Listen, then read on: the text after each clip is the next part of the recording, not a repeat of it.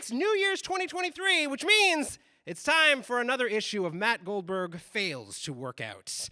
If you've been at this short story event before, you know that I'm very good at not working out. I'm very good at not running, very good at not cycling, and very good at not keeping good care of myself in general. But this time is different, because this time my doctor is telling me that I have to. Because apparently not doing so, important note for later, all of you, can really mess you up. And for the past year, I've been having weird nerve pain in my hands and my feet, and I'm a diabetic, so this terrified me. And I went through all these crazy electrical tests. Turns out, not related to the diabetes. It turns out you just need to do exercise so your back doesn't melt into itself. So here I am at NDG's Benny Pool. Because when I was a teenager, I was a swimmer. I wasn't a very good swimmer, but I liked the water, kind of. And I'm feeling really good about this, because I don't know about the rest of you, but during that horrible pandemic, I learned that you could sign up for swim times, and there's no one else there. And I'm assuming in 2023, it's going to be the same thing, right? No. No. My beautiful Benny Pool, which had maybe 4 other people with me when I would sign up for those wonderful swim times with my kids and family, now is like bananas again. It's full of people. There are people everywhere. Except it's noon on a weekday, so instead of it being like people everywhere, like children running around like in the summer, it's elderly members of the NDG community. And they own this place, and I am the interloper. I am the intruder, and it feels very weird. I go over to the 5 lanes of swimming, and you got yourself very slow, medium, fast, and very fast. And there are just too many people. I can't. Really? Wow, this is gonna be a weird night. We'll go for 4.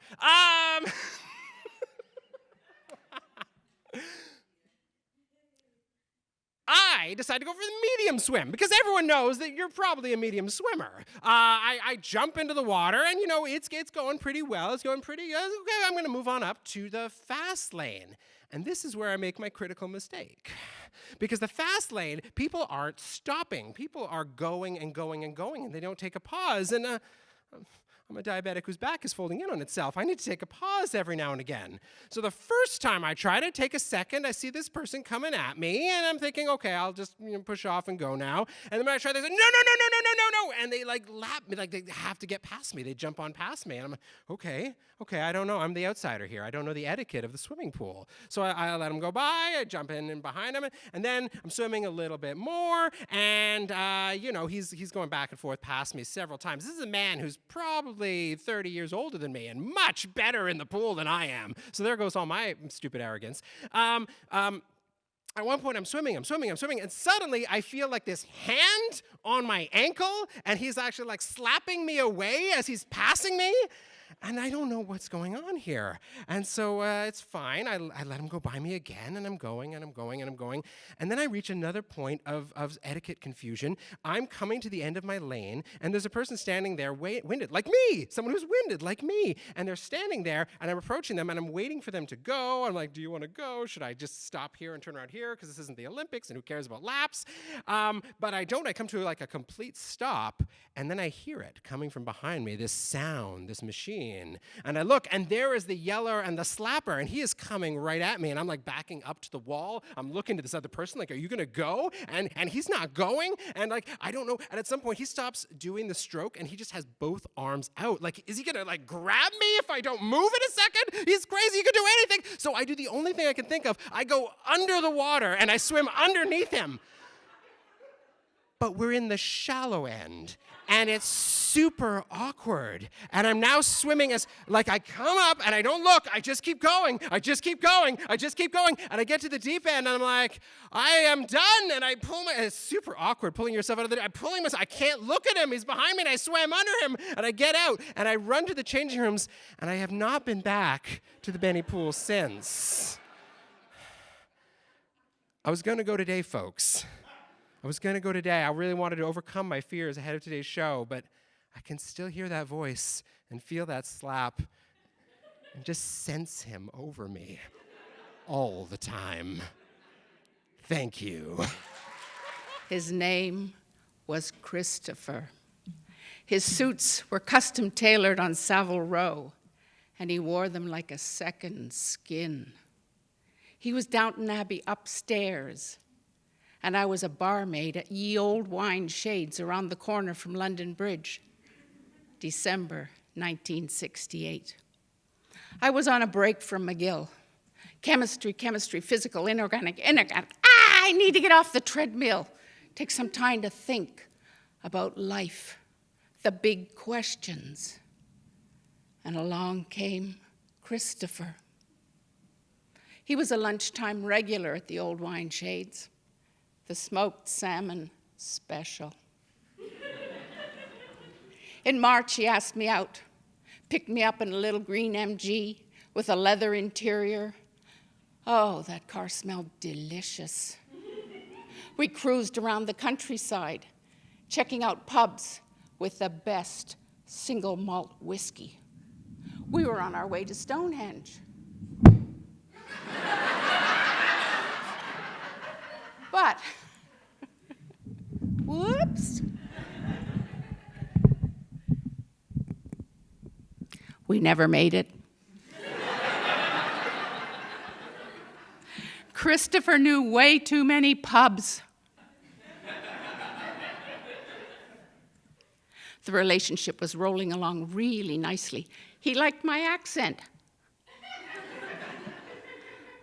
I loved his. He invited me to his firm's cocktail party at a private club in the city. I wore my miniest black mini dress with Kelly green heels. I loved to pop a color. As soon as we walked in, I could tell these were not mini pop a color people. I was not going to blend in. But I was okay. Yeah, I realized I was okay with that. I was happy in my own skin, which was a very good thing because I was showing an awful lot of it.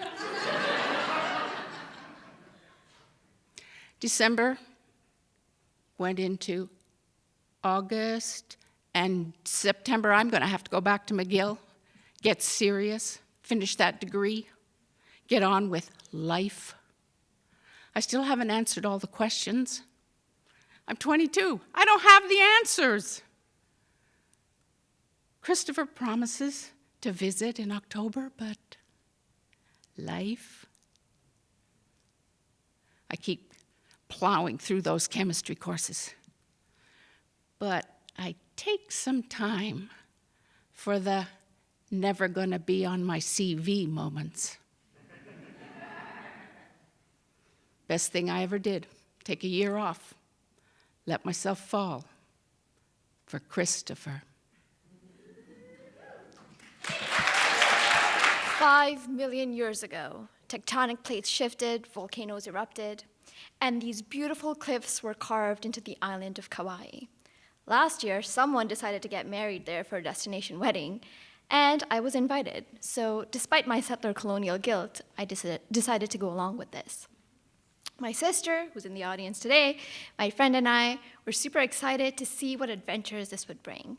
My friend also had another objective. She had to have fresh coconut on the island. It seemed kind of easy. There were tall coconut trees all around us. How hard could it be? But every sightseeing excursion we went to, or just relaxing at the beach, watching turtles come home, every fruit stall or restaurant we went to was just out of fresh coconut. I started to joke the only way she was going to get any is if one plopped on her head. Even the wedding we went to featured a coconut as part of the ceremony. The Hawaiian culture, actually, just like many of the South Asian coastal communities, of which are my ethnic origin, kind of revere the coconut as a sacred fruit because of its sustaining, nourishing, and replenishing properties. But we could see the coconut throughout the ceremony, but not taste any of it. And then it came towards the end of our trip, and we were out looking at waterfalls and lush greenery, and finally, from the corner of our eye, we saw one of the most beautiful sights that we had seen so far, a cart of fresh coconuts. We hurriedly went there and got our coconuts, sipped the warm, refreshing, cold, refreshing juice, and then asked it to be sliced open so we could taste the fresh pulp.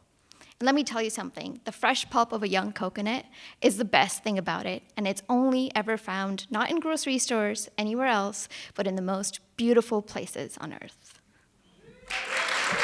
Now, in 2019 was a year of many, many firsts for me. I did the microdosing for the first time. I wrote and performed my very first show. I did it here at Montreal Fringe Festival. And then I took it on the road to Halifax Fringe Festival, a town that I've never been to, didn't know anyone in, and had no connection to at all. And I was going to be in this town where I'm not there as a tourist with other tourists. I'm just there to perform, and I would be around other performers that I have never met. And I was going to live in a house of people that I didn't know with another performer that I had no idea who it was. And so it's very hard as an adult to meet new people and befriend new people. It's especially hard that if you've never been able to do it as a child or at any other point in your life. But it is much easier to do it with people that don't know who you are and haven't seen the freight train of your emotional baggage. And so I was managing, but one of the things that you do as a performer is you go to other fringe shows with the fringers that you've befriended. And we went to see a show called Tingles.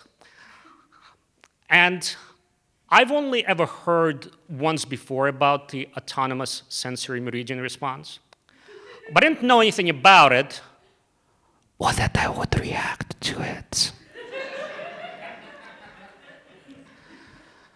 Now, all good things come to an end. And the thing with ASMR, I have to tell you, is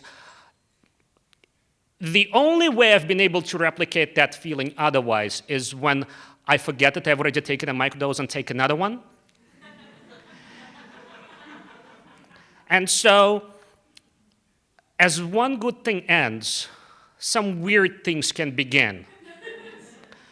And I would say that it's a lot better to be weird than cool, because you meet people, you move along, we pass out each other like ships in the night, and then we may never see each other again. And maybe they'll forget you, but because a cool person can be easily replaced with another cool person. But I guarantee you, you're not going to forget a person you're watching a show with that's going in the middle of a theater. Thank you. So I'm writing a book about how I fell in love with my 11th therapist, and 3 years later, still not over this. But writing is devastating. So I go for a walk, and we're on day 12 of our global pandemic, and I get to St. Laurent Street. I see a crowd of 2 people, and I'm like, oh no, I'm gonna get the plague. Better go on Clark Street. That'll be way safer. But then I realize, you know who lives on Clark Street? My 11th therapist's spectacular girlfriend, who I might have found on Facebook, and I might have a screenshot of her address on my phone. I sure do. So I'm trudging up to 4XXX Clark, and no big deal. It's not like I'm gonna run into anybody or anything. And I get to her splendid condo, gaze at the balcony. I'm so pleased for her. When the door opens and out walks my 11th therapist. And I'm like, oh boy, hi, it's me. Happy COVID. And my 11th therapist, I've told him I was in love with him, so I'm his favorite. And he goes, oh yeah, hi, happy COVID. And I wobble away, and my friends are like, wow, you manifested your 11th therapist, you're so magnetic. I'm like, yeah, well, part manifest, just part second-degree stalking. But 33 months, 10,000 masks, and 900 meltdowns later, I finished the book. Thank you. I don't get attached to too many things, but when I do, I get very attached. And I am really in love with my walking stick that I bought along the hiking trail in New Zealand from the guy who runs the campground. My partner Liz says, don't get too attached because you're never going to get that home. And I'm like, okay. So I really enjoy the stick for the next month. And then it's time to go home. So I am prepared to let it go, but I'm going to give it a whirl. 4 airports, 4 security checks. The first one is Christchurch, very small little airport. And I consult with the airport manager. And he says, it's fine with me. And then he hands me his card and he says, if anybody gives you any trouble in Wellington, tell them to call Bruce. And then another worker walks by and says, just tell them it's a walking aid. Wellington Airport. My handcrafted wooden stick and I fit in very well because it's Middle Earth. Lord of the Rings. And the security guard there has my stick and he's like, this has got a very nice weight to it. Auckland to Los Angeles. I put my stuff and my stick on the conveyor belt. It goes through the scanner, and I'm kind of following along with it. And the security guard picks it up, and she's like, that's my walking stick, I say brightly. And she's like, okay, just don't hit anyone. Easy, very easy. So I get on the plane, I've got a window seat, so I tuck my stick in along there, and 12 hours later, I arrive in Los Angeles, LA to Montreal. This is the flight where I think I'm probably going to lose my stick. Because the security line is so long. Everybody's got to get undressed. And I have lots of time to contemplate rule number 7. No club-like items in the cabin. When is a club a stick? What is a stick a club? So I put my stuff and my stick on the conveyor belt, and it goes through the scanner. And then I have to go to that body scanner, that glassed-in body scanner, and I'm standing there when the security guard picks up my stick, and she's holding it like this.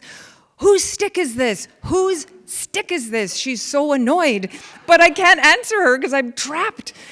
So when I come out, she's moved on to somebody else. My stuff and my stick, they're just sitting there. So I just pick them up and I get on the plane. Montreal Customs, this is the last frontier. This is the last moment. I've got the arrival card. Are you bringing any wood or wood products into the country? Yes, I am. And the customs officer is like flicking the loose bits of bark off my walking stick, looking very dubious. So I say, this is a souvenir from New Zealand. I bought it. It's a handcrafted walking stick. And he hands it to me. And I float out of the airport. This exercise in letting go was so rewarding. I'm at the bank. I need to open up an account for student loans and bursaries. And I can't do that with my current bank because they're not partnering with the government of Quebec. Yeah, Legault doesn't like Toronto Dominion. Who thought? Shocker. So I head on over to the bank, and the teller lets me know that I can't open an account without an appointment because there's this annoying thing called COVID. And the banker in the first office is like, hey, I'll take you in, the person for my appointment, then show up. And I'm like, yeah. Now, this banker, how should I put this? He's so fucking hot.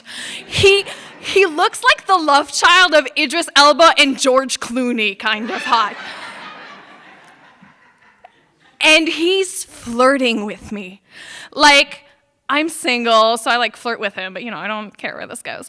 And he's like asking me about what I study, and I pretend to be into his finance bullshit, and I laugh that you laugh when the joke isn't really funny, but you want to be polite and show you're still interested. So he then goes, "Are you single?" And I'm like, I'm taken aback, It's a little too early for that in this conversation. You have to ask this when I leave the office, right? And I think he can tell that I'm kind of uncomfortable, and he goes, "Oh, no, it's not for me."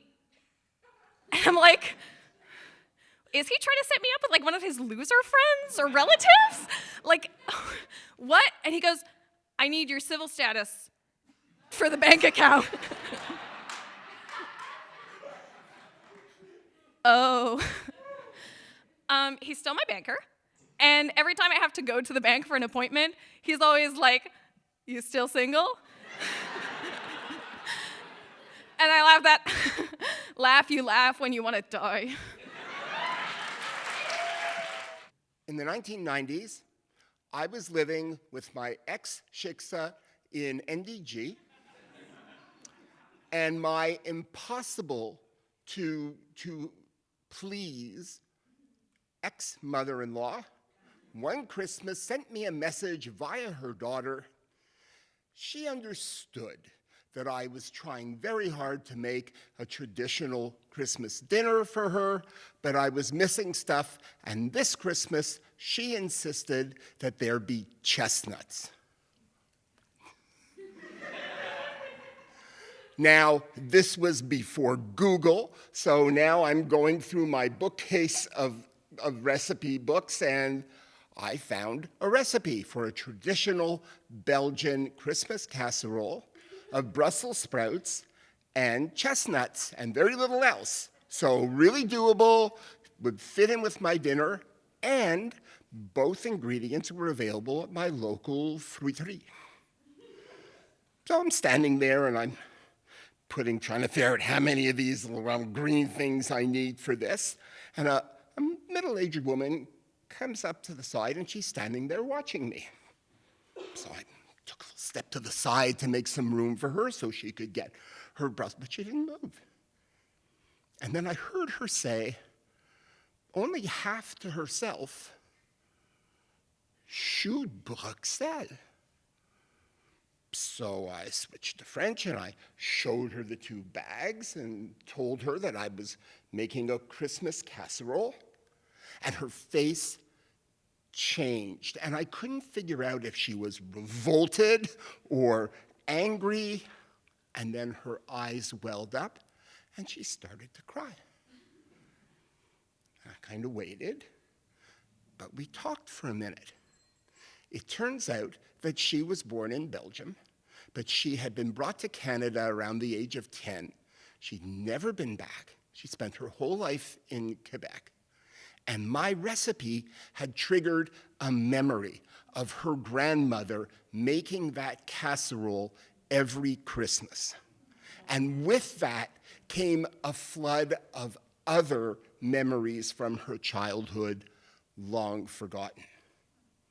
And I watched her. I gave her as much of the recipe as I had in my head, and I watched her fill her bags, and the two of us just went through the cash one after another, and we left the store. But I think about her almost every Christmas. And I think about the power of memory. And I really hope that her casserole came out as well as mine did, because my crazy mother-in-law actually liked it.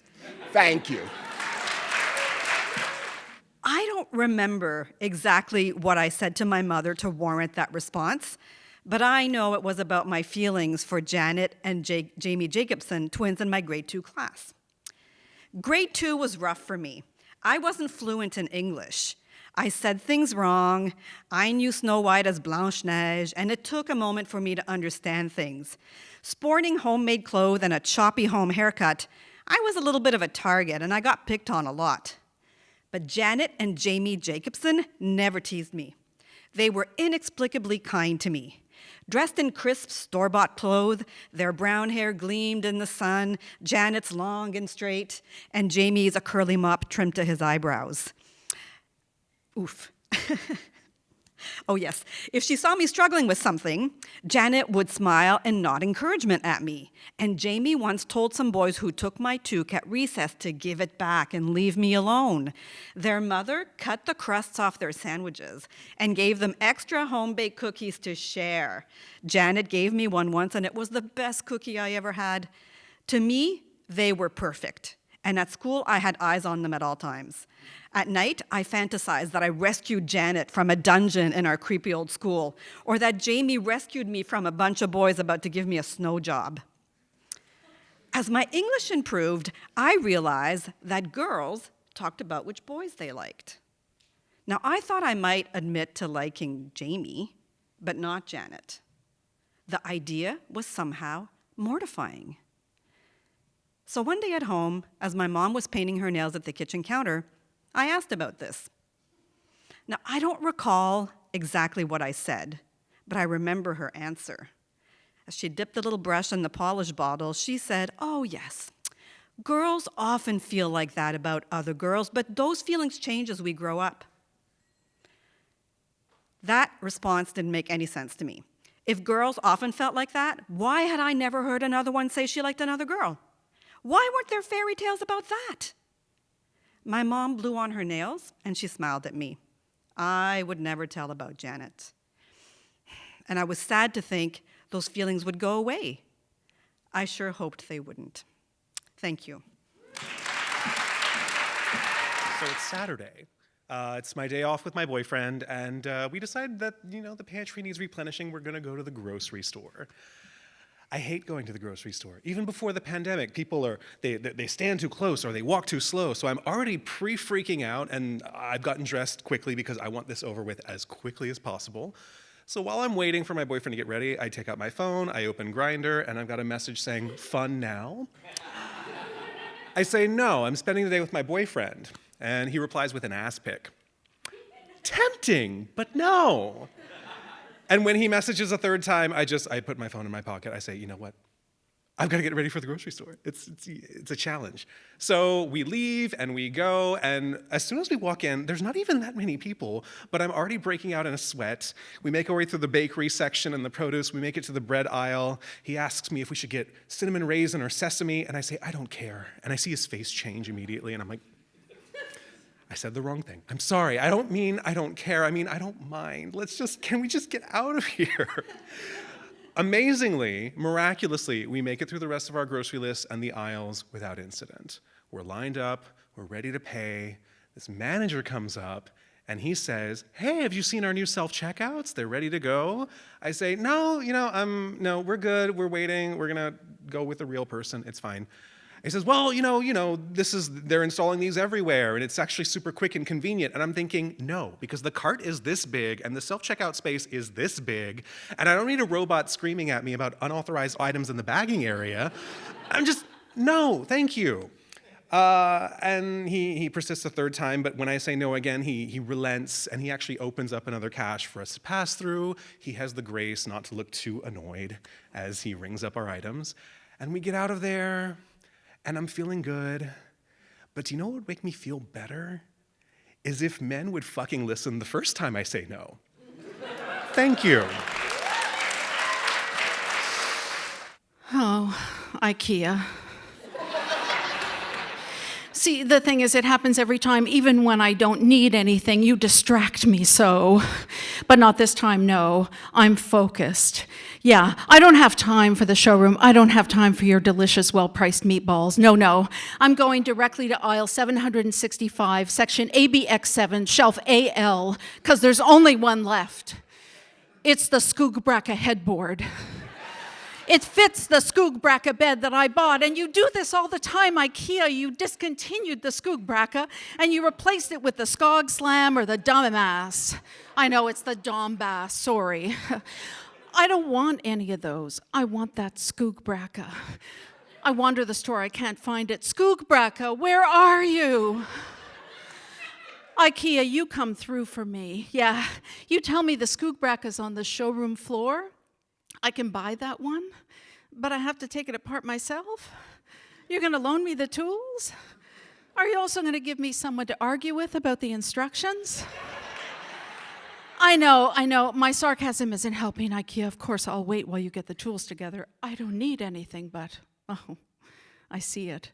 The girly cushion, the sensuelle pot with lid, the Gleama candles, the Skanka towels, the Raskog, the Billy, the Besta. I want it all. And those giant white napkins that are always on sale, the Fantastic, I'm stocking up. Skoogbracka, I'll be there soon. It's just that, yeah, IKEA, I do have time for an early dinner, actually. You distract me, so yeah, I'll have the meatballs, the veg, the brown sauce, and the lingonberry jam. Thank you. I am currently sitting in a McDonald's in Plattsburgh, New York, journaling. I'm hungry. I don't even have money to buy anything from the dollar menu. I decided to go take a field trip to go to see one of my favorite bands, New Edition. So I took my car and I decided to go to New Jersey by myself, checked in the hotel, got dressed, but instead of bringing my wallet, I decided to take the necessary cards and put them in a little blue case. I put that case inside my pocket, took an Uber there, and as soon as I got out the Uber, I felt something was wrong. But I was so excited to go see New Edition that I ignored that gut feeling. So I went in line and I had to check in my bag. And once I put my hand inside my pocket to pay for the checking of my bag, the little blue case had disappeared. So I lost everything, including my money and including my driver's license. So I had two decisions. I had a decision to make, and I had two choices. I could go and sing and dance with everybody and enjoy the concert, or I could go back to the hotel and cry and sob in a corner. And so I decided to go enjoy the concert. So when I got back to the hotel after 4 hours of screaming and dancing and shouting, I realized that I had no money for gas to come back to Montreal. So I was like, okay, what are you gonna do? So I called my sister, hey Janie, and she managed to transfer me some money, $25. And with that $25, I wondered, how far can you go with that? So I took my car and drove back, and as I was looking at the gas meter go down, my anxiety levels went down too. I'm a very anxious person in real life, but this is one situation where I really needed to let go because I only had $25. So I drove my way back as my sister frantically called me every 30 minutes to check in to see if I was okay. Maybe it's because I turned 40 this year and there's a new leaf of letting go. So when I looked at the gas meter and it was flashing to me, I finally decided to stop my car at the nearest exit, which was Plattsburgh. So here I am sitting at the McDonald's, and I realized that that $25 did bring me kind of far. Thank you very much. So, I am a human being with wants and desires. I'd like to meet a cool person and do romantic shit with them. But how do you do that in 2023 when there's still a pandemic going on, you work from home, and you really don't like crowded places? So, inevitably, time after time, I end up back on the dating apps. Oh, the thrill of setting up your profile, choosing your photos. Oh, but make sure to choose a full body photo because you don't want to give any potential matches any unpleasant surprises. Oh, and be sure to specify that you're bisexual, everyone's favorite misunderstood sexual orientation. Get ready for the couples who want to add you as their third Emma. So, what is it really like online dating while being both fat and bisexual? The answer is not fun. I get to benefit from both anti-fat bias and bisexual erasure. Oh, you lost a bunch of weight and you want to tell me how you can show me how to do it myself? Thank you. Oh, I'm not queer enough for you. How affirming for me. One of my favorite profile photos to use is me in New York City, spoiler, I love New York. Me in New York City standing in front of a brick wall with angel wings painted behind me. Looks like I'm flying. And a guy took the time to match with me, because then you can talk, to tell me that he didn't think the angel wings would be able to carry my body weight. And then there was the woman who didn't want to talk to me anymore once she found out I was a, quote, baby gay, which is apparently a thing. I came out later in life, so I'm a baby gay. And just PSA, can we retire the term baby gay forever?